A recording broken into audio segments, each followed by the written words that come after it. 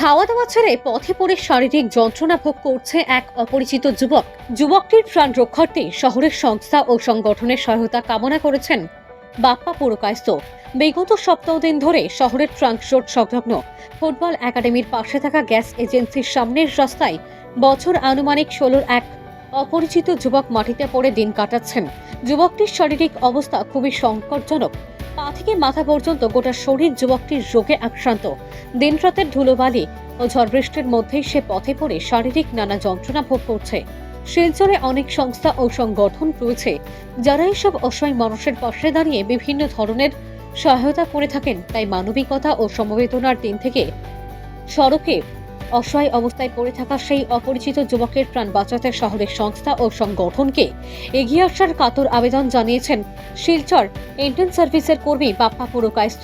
বর্তমানে বাপ্পা সেই অসহায় রোগাক্রান্ত যুবকটির প্রাণ বাঁচাতে নিজ সাধ্যমতো আপ্রাণ চেষ্টা করে যাচ্ছেন, কিন্তু একা যুবকটির জন্য কিছু করাটা বাপ্পা পুরকায়স্থর পক্ষে সম্ভবপর হচ্ছে না।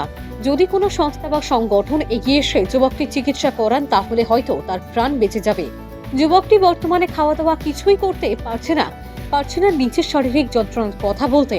দিন রাত মাটিতে পড়ে চরম শারীরিক যন্ত্রণা ভোগ করছে সেই অসহায় যুবকটি। তাকে চিকিৎসা করানোর পাশাপাশি যুবকটির প্রাণ রক্ষার্থে সকলের সহযোগিতা কামনা করেছেন শহরের উদীয়মান যুবক বাপ্পা পুরকায়স্থ। নমস্কার, আমি বাপ্পা পুরকায়স্থ। আমি এখানে ব্যবসা করি। আজকে এই যে ছেলেটা আজকে নেওয়ার ওর 5-7 দিন থেকে এখানে পড়া আছে। তার শরীরের অবস্থা খুবই খারাপ। পাও থেকে হাতে করে শরীর সমস্ত শরীরে বিভিন্ন রোগ হয়েছে। তা আমি তো জানি যে শিলচরে অনেক এনজিও আছে এইসব মানুষের হেল্প করে। তাই আমি এনজিওর একটা কাছে অ্যাপিল করলাম যে এই মানুষটার একটা হেল্প করার লাগে কেউ আগ বাড়িয়ে হোক।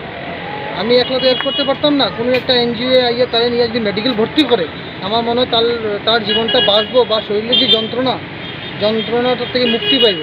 তার শরীরে এমনভাবে যন্ত্রণা করে দেখেন, আপনার পাউডার দেখেন একটু পাউডারের অবস্থা দেখেন।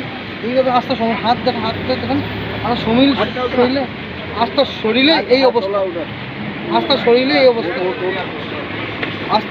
তার এই খানি দেয় না, হে খায় না, কিছু দিলে কেউ আমরা জাসিয়া কিছু দেই এ কিছু খায়, অথবা কেউ কাছে কোনো কিছু দাবিও করে না। সারাদিন রাত এখানে পড়ে থাকে, জ্বর নাই, বৃষ্টি নাই, কন্টিনিউ হয়ে কেন আসে। তারা আমি এনজিওর কাছে হাত জোর করিয়ে রিকোয়েস্ট করলাম কোনো এনজিও আগ বাড়িয়ে যাতে তারা এটলিস্ট মেডিকেলের ট্রিটমেন্টে মেডিকেল নিয়ে পোষণের লাগে কোনো এনজিও হোক যাতে ছেলেটার জীবনটা বাঁচে।